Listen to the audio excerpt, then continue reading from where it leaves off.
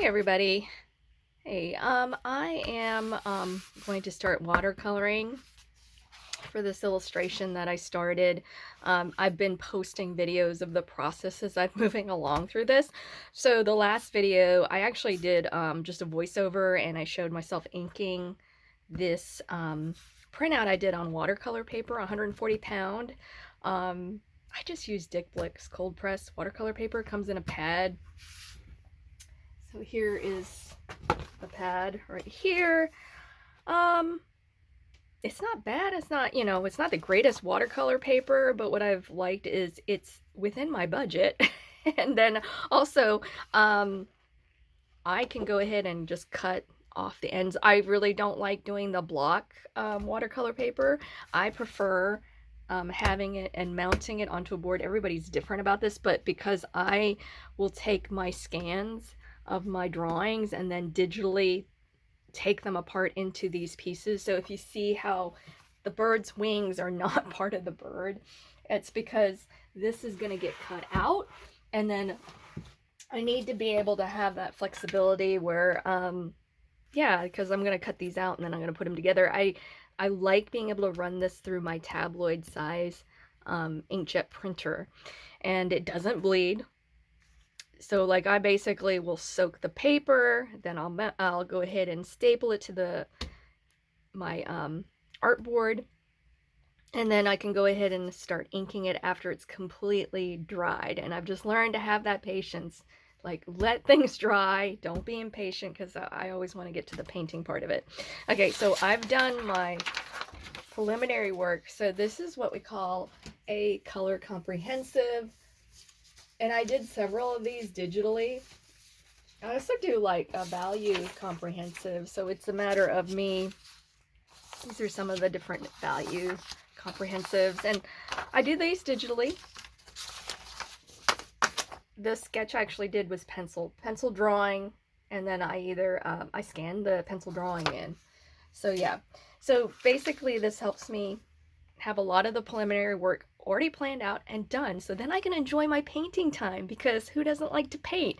So now it's I'm gonna start with those birds first, and so I will look at my lovely color charts.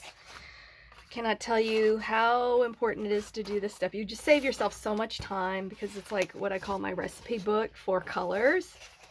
And so I can just look at it and just like, I want the same blue, and then it's looking like this indigo and process cyancy. Yep, that's kind of looking like what I need. Yeah, so I'm gonna go ahead and mix those.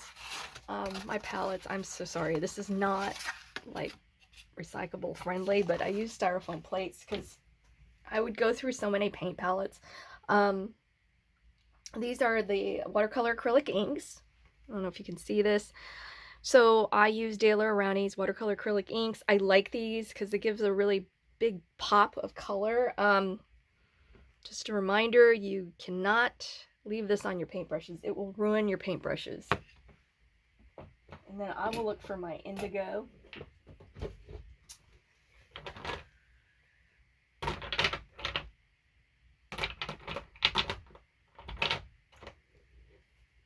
Here it is. Here's my indigo, and then I can go ahead and pour some of those in there. And then I have my water over here. So yeah, I'll start with the birds first. And my paintbrushes.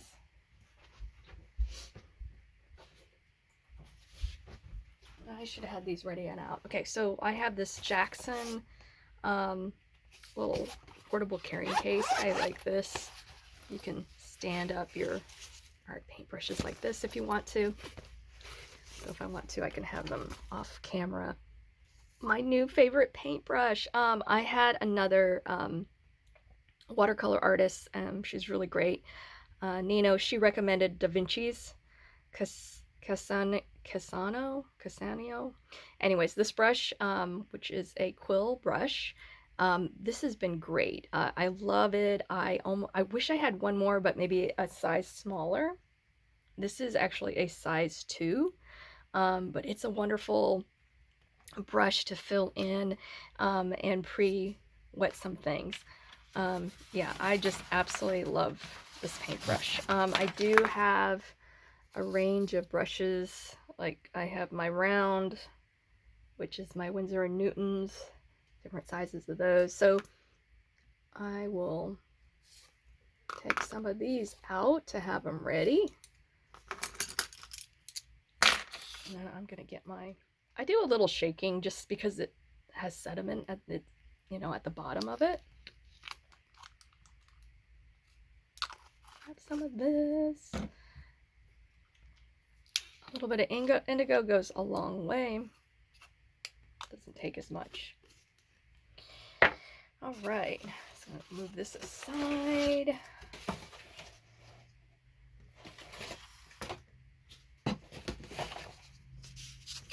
And I'm not the cleanest painter. I wish I was neater. It's always a struggle.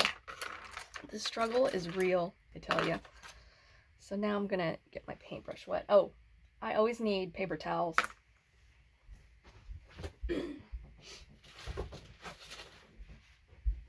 Yeah, it's always good to have paper towels handy. I have that. And then I'm just gonna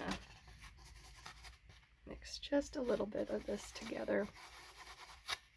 And I always have a test scrap of watercolor paper from all my cuttings, and then I'll just make sure that's what I wanted.